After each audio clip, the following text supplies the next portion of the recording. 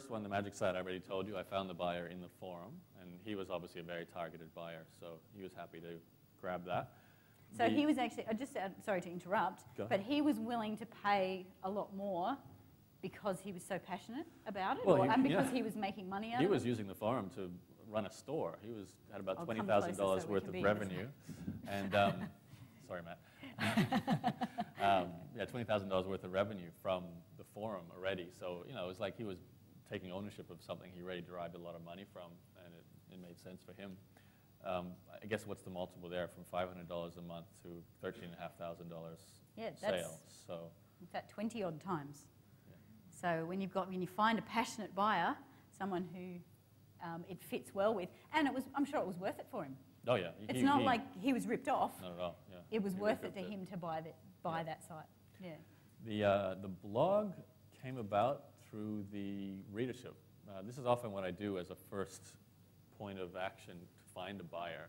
Is I think of the networks that the site already has, because I think the best buyers come from people who already know the website, understand how it works, and could see the value because they read it for a reason. They're probably already in that subject area. So I will either just leave an article. This site is for sale. Not quite as simple as that, but I am looking to sell it, and I put some sort of notice and get people to show their interest. And then the really people who show that they are credible potential buyers, I'd give them a prospectus document, and that's something I guess we didn't really talk about. I don't know if you're covering it in this, but I would always make a prospectus document of a few pages which contains all the vital statistics about the website. So, I mean, you've already talked a lot about the traffic, the unique visitors, the page views.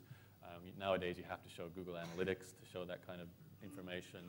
I'd show how much money is being made by the site, what's the source of that income, and try and break it down into some sort of chronology of the history of how much it makes.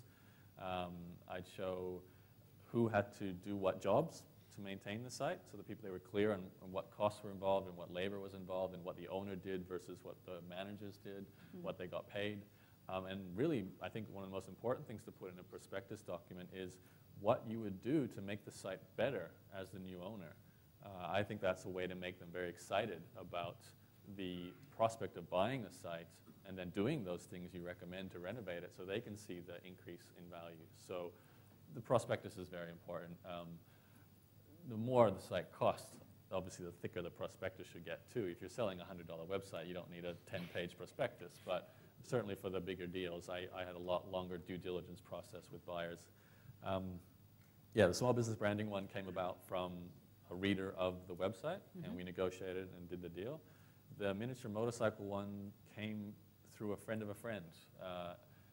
Another great example, you can be at an event like this and say, hi, I've got a miniature motorcycle website. I mean, if I had one right now, if I said to you guys, I'm selling a miniature motorcycle website, it has this kind of income, this kind of traffic, I'm sure half of you will be jumping up and talk to me afterwards as a potential buyer. So it's amazing how you can just say these things in the right company. And I have a friend who runs an internet marketing company. He had a client who was looking to invest some money, connected us, and the deal was done. So that's how that one worked out.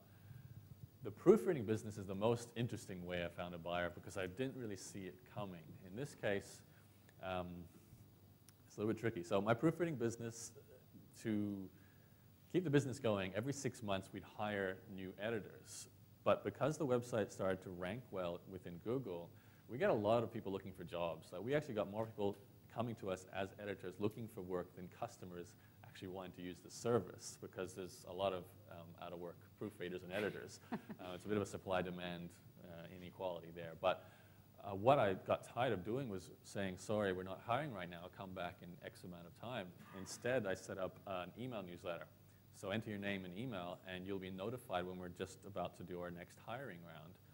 So when I decided to sell the proofreading business, I was actually just in the process of finishing a hiring round, and someone came through and had expressed interest in becoming a proofreader. I said, I'm sorry, I'm actually going to be selling the business, so it's probably not appropriate for me to put you through the testing process. And they said, oh, really? Well, I'm interested in maybe even buying the business. And it turned out to be the buyer. I didn't see it coming at all, but they were an American, and they actually, well, half Australian, half American, and looking for a small business. We're talking a 6-figure selling price, so this is no small investment in this case. but they all shared it, and eventually they were the buyers.